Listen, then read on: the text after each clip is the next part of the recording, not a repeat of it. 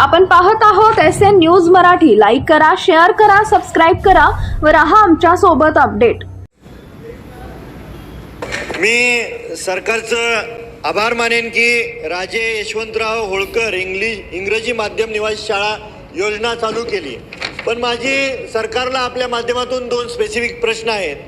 राज्यातील सर्व नामांकित इंग्लिश माध्यमांच्या शाळांना सदरची योजना लागू करणं बंधनकारक आहे का?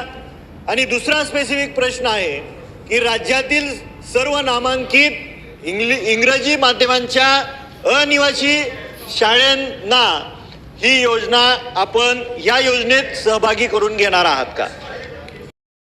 बाबासाहेब, त्याला एका मिनिटात विचारा. अध्यक्ष महाराज, या राज्यातली आपल्या माध्यमातून मंत्री महोदयांना माझे दोन स्पेसिफिक प्रश्न आहेत की या राज्यामध्ये किती CHO पदं रिक्त आहेत आणि रिक्त असलेली पदं किती वेळेत आपण भरून देणार, आणि या राज्यामध्ये आरोग्य सेवक, सेविका आणि अर्धवर स्त्री परिचारांची किती पदं रिक्त आहेत आणि ती कधीपर्यंत आपण भरून देणार?